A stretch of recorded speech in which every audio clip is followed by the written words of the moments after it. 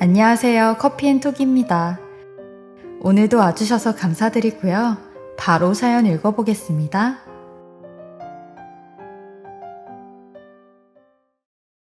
안녕하세요. 저는 아이 하나 키우며 사는 평범한 40대 주부입니다. 남편과 저는 30대 초반에 결혼하여 아이 낳고 지극히 평범하게 살았습니다. 남편과 사이도 좋은 편이었어요. 결혼할 때 남편 집은 부유한 편이었는데 시아버지 사업이 탄탄해서 얼굴에 그늘 없이 살았고 남편도 그 밑에서 일을 했어요.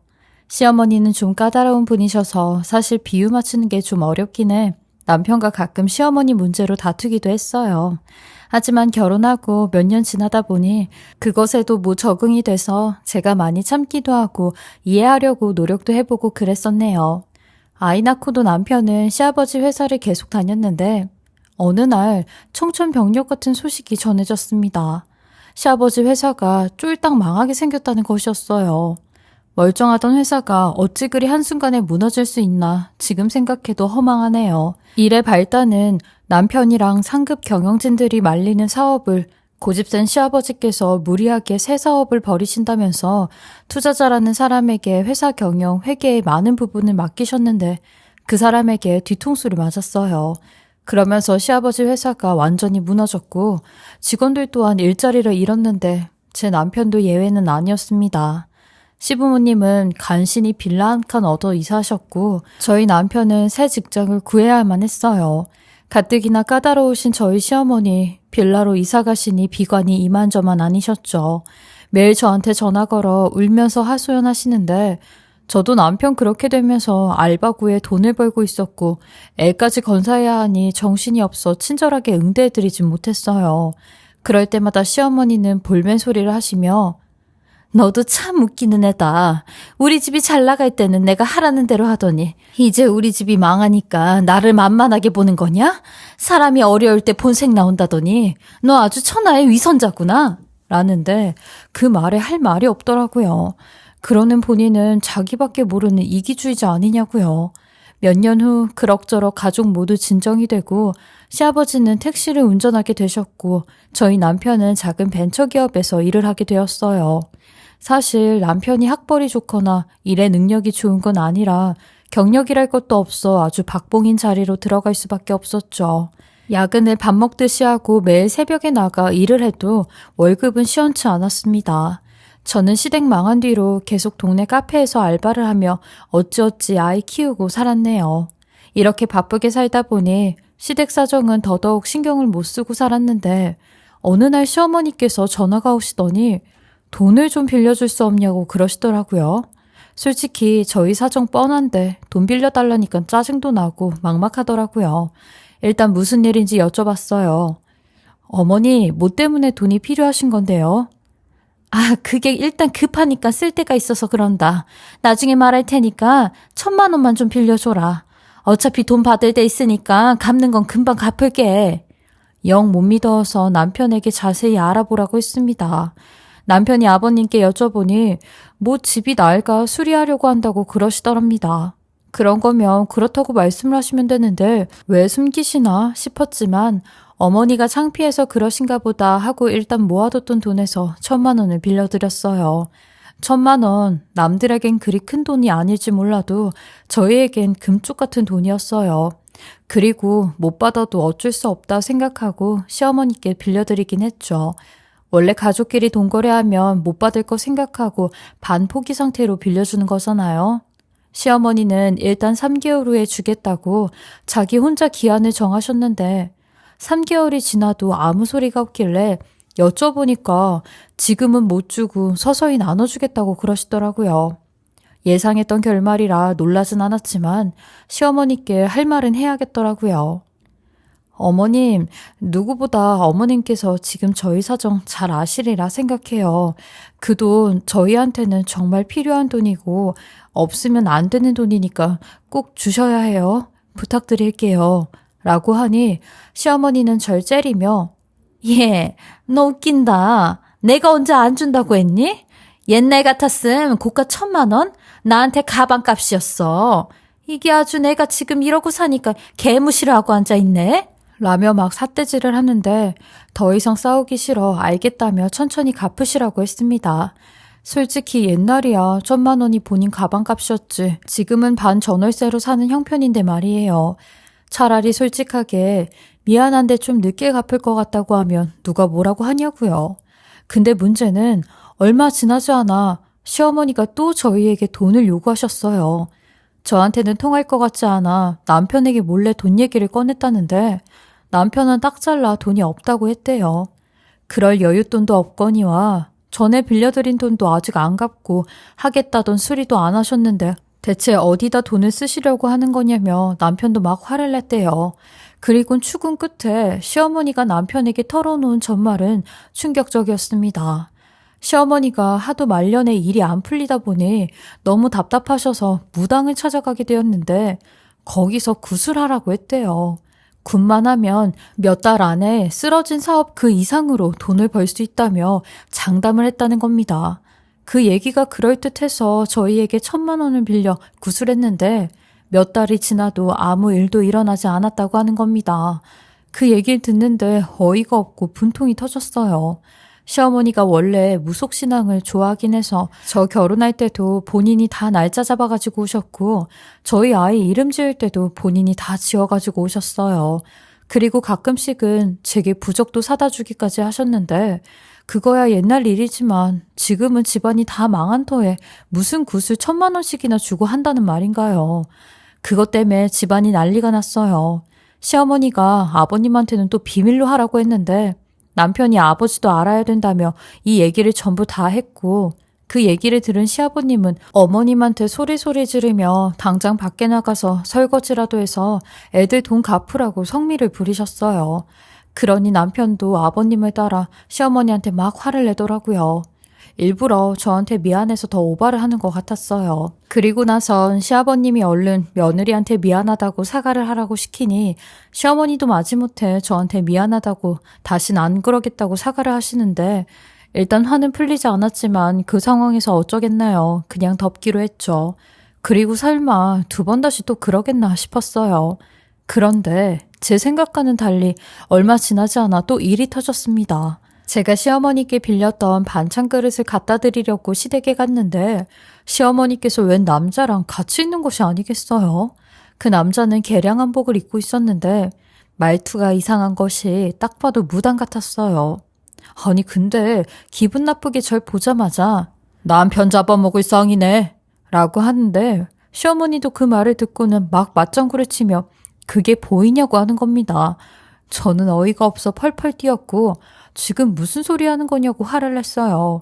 그러니 그 무당이 어딜 겸상도 못하는 아래 것이 대들고 있냐며 당장 잘못했다고 신령님께 빌라고 하는데 당신이 무당이면 무당이지 어디 멀쩡한 사람한테 남편 잡아먹을 상이라느니 아래 것이라느니 그런 말을 해요.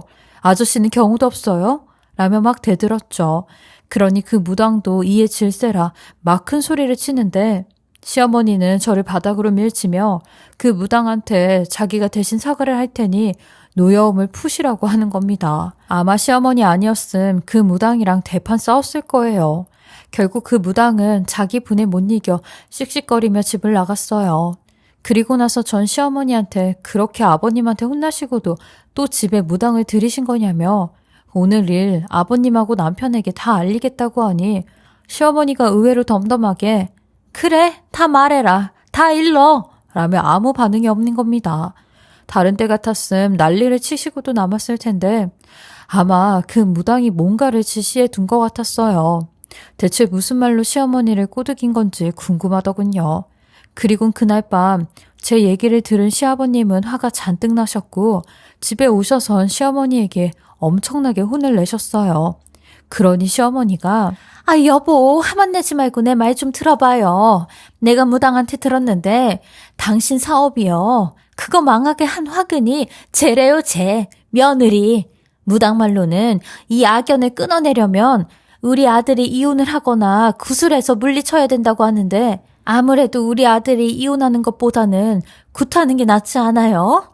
굿 안 하면 집안에 더 큰 화가 닥칠 거라고 했는데 여보 잘 좀 생각해 봐요. 라는데 시어머니는 그 얘기를 듣고는 본인은 아찔하다며 얼른 구슬하자고 반땡깡을 부리는 겁니다. 참 큰일 났다 싶었어요. 시어머니가 빠져도 아주 단단히 빠졌구나 싶었어요. 게다가 그 무당은 대체 무슨 정신으로 남의 집을 파탄내려고 그딴 소리를 하는지, 진짜 그 무당이 사는 곳을 안다면 다 가서 때려 부수고 싶은 심정이었죠. 그러니 그 말을 같이 듣고 있던 남편이 한숨을 푹 쉬며 우리 엄마가 아버지 사업이 망하다 보니까 정신이 나간 게 분명하다. 내가 당신한테 미안해서 할 말이 없어. 미안해. 라고 하는데 시어머니는 너무나 미웠지만 남편이 무슨 죄가 있나요? 저런 엄마를 두고 싶어 둔 것도 아닌데 말이죠.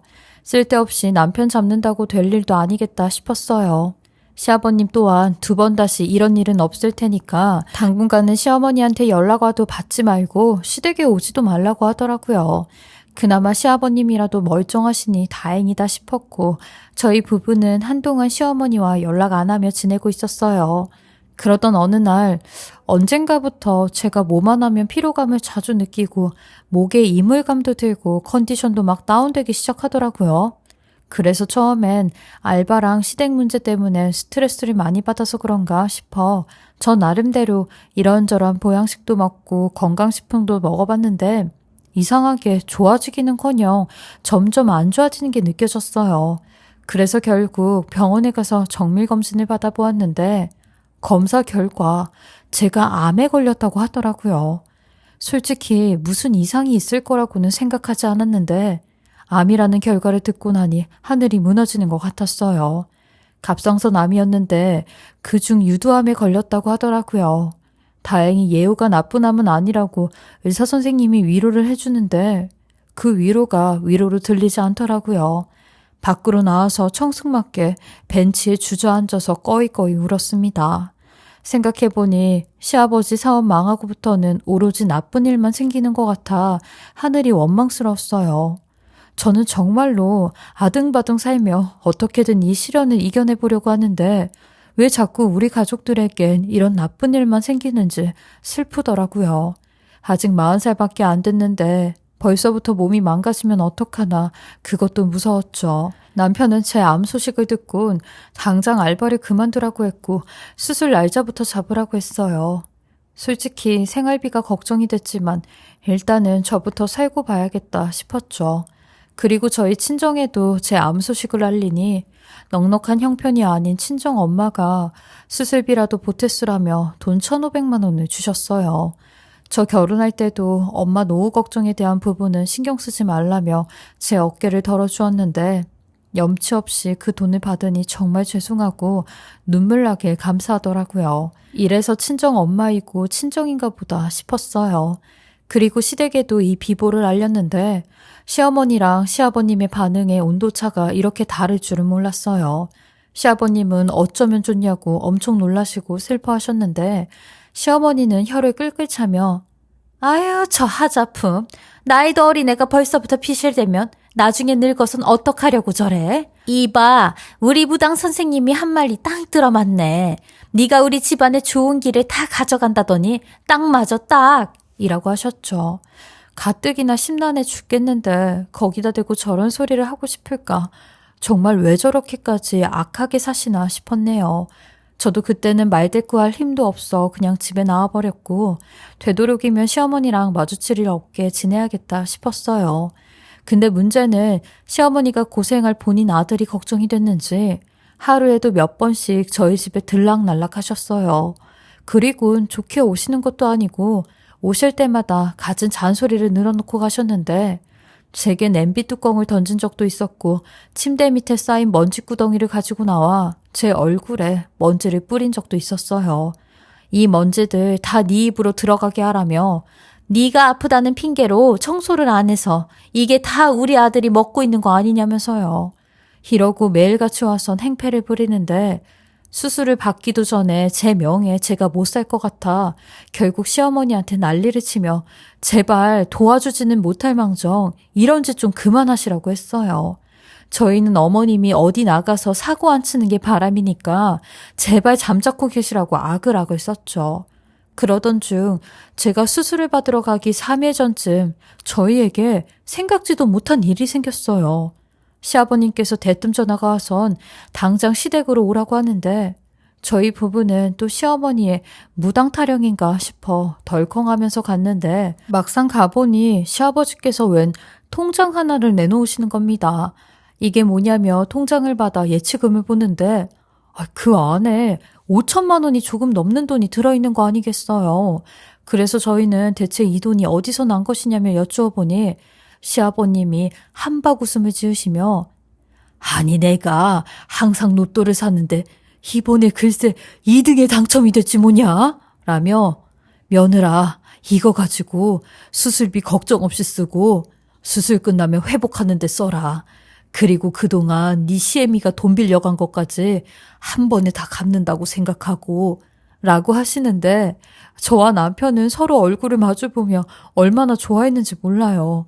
시아버님은 일부러 시어머니한테는 말도 안 하고 저희한테만 얘기를 한 거라며 잘 가지고 가라고 하시는데 저희가 집을 나가니 문 앞에서 딱 시어머니와 마주쳤어요. 한 1분이라도 집에 더 있었다면 큰일 났겠다 싶었죠. 그날이 푹푹 찌는 한여름이라 현관문을 조금 열어놨는데 하마터면 시어머니가 다 들을 뻔했으니 말이에요. 암튼 이래저래 상황이 잘 맞아 저는 마음 편하게 수술을 받을 수 있었어요. 제가 다시 생활전선에 뛰어들기 전까지는 크게 돈 걱정은 없겠다 싶었죠. 그리고 편안한 마음으로 수술을 받으러 갔는데 수술이 끝나자마자 또 한 번의 충격적인 이야기를 듣고 말았습니다. 아니 글쎄 시어머니가 제 수술비를 갖고 도망을 쳤다는 이야기였죠. 저희 아이 말로는 할머니가 엄마 수술 받으러 갈 때 집에 들어와서 뭐 좀 찾을 게 있다며 안방으로 갔다는데 장롱이고 서랍이고 죄다 다 끄집어내어 집을 쑥대밭으로 만들어 놓고 갔다는 겁니다. 남편은 아이의 그 연락을 받곤 제가 회복실에 있을 때 잠깐 집에 가서 통장부터 확인을 했다는데 결국 시어머니는 저희가 숨겨놓은 당첨금 통장을 기어코 찾아냈고 그걸 가지고 사라졌다는 겁니다.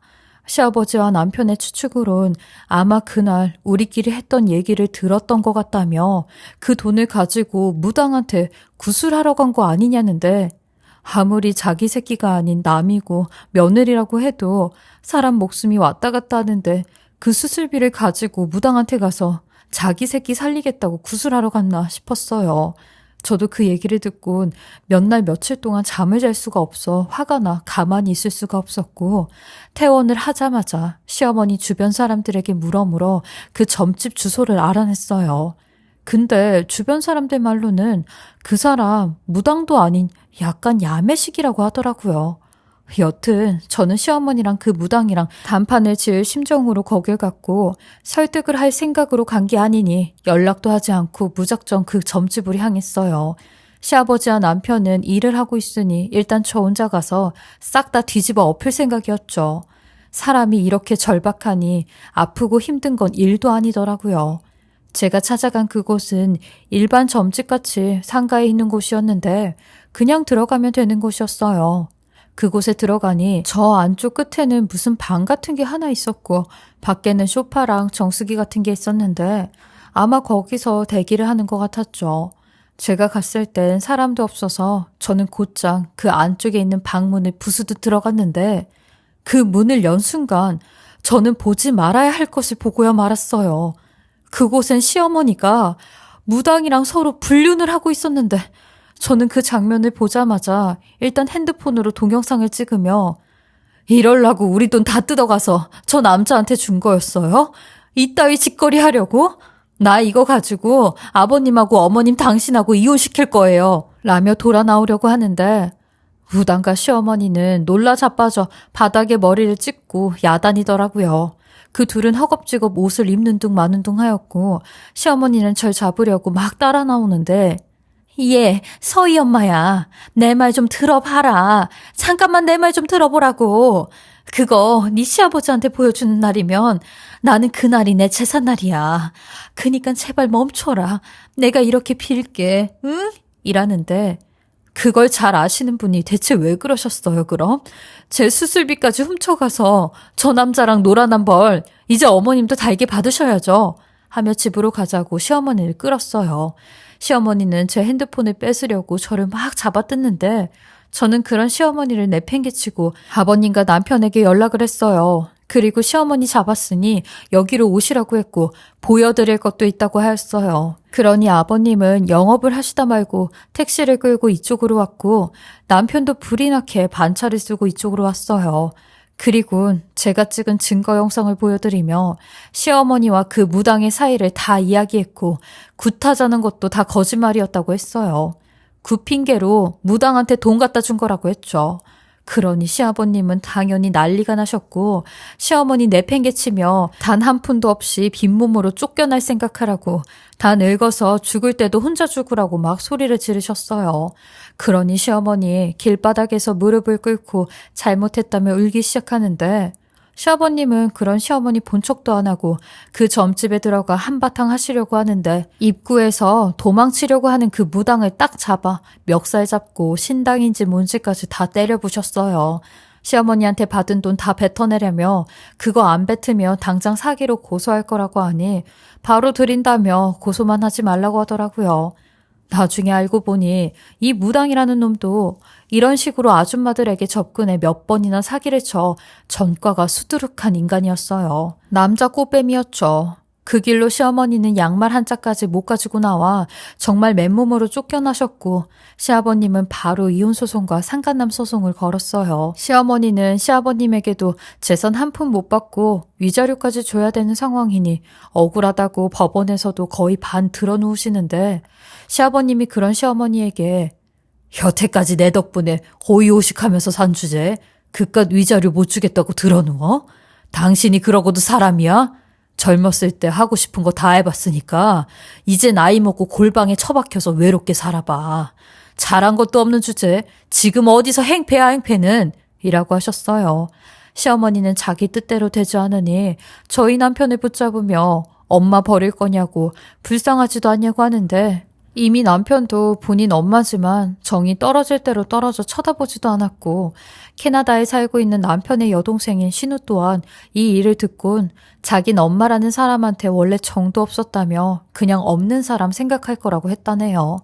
하긴 시어머니 젊었을 때부터 아들만 자기 자식이라고 했지 신우는 자식 취급도 하지 않았다고 했거든요. 결국 뿌린 대로 거두는 거죠. 그리고 돈을 다 토해내겠다던 그 무당은 약속을 지키지 않아 시아버님이 사기로 고소를 했는데 이미 그 돈은 다 써버려 수중에 없다고 하더라고요. 너무 원통하고 분했지만 시아버님께서 더 속상해하셔서 제가 티는 내지 않았어요. 근데 다행인 건 그 사기꾼 무당놈을 사기로 쳐넣을 수 있어서 그나마 위안이 되었죠. 그리고 시어머니는 아버님과 이혼 후에 돈도 없어 찜질방이나 여관을 전전하며 지낸다는 얘기를 들었는데 그러고 사시면서 정신 좀 차리셨는지 어떤지는 모르겠네요. 그 일이 있고 난 후엔 전 건강에 힘쓰며 남편의 도움으로 빨리 회복을 했어요. 아마 남편이 저보다 더 정신적으로 힘들었을 텐데 퇴근을 하고 집에 오면 제 간병과 아이 돌보는 일까지 다 맡아서 해서 미안하고 참 고마웠죠. 지금은 병원에 가끔 검사를 받으러 다니고 관리하면서 살고 있는데 아이 학교 보내놓고 아르바이트 정도는 하며 그럭저럭 살고 있어요. 시아버님도 택시 일하시며 용돈벌이는 하시고 계시는데 시어머니랑 사셨을 때보다 제가 더 많이 찾아뵙고 말벗도 해드리고 식사도 챙겨드리고 있죠. 우리 가족 이제는 힘든 거 다 지나갔으니 소소한 행복으로 건강하고 무탈했음 하는 작은 소망이 있어요. 저의 기막힌 이야기 들어주시고 읽어주셔서 감사하고요. 제 이야기 들어주신 모든 분들도 건강 잘 챙기시며 늘 행복하시길 바라겠습니다. 지금까지 커피앤톡이었습니다. 오늘도 끝까지 함께 해주셔서 감사하고요. 저는 다음 영상으로 또 찾아뵙겠습니다.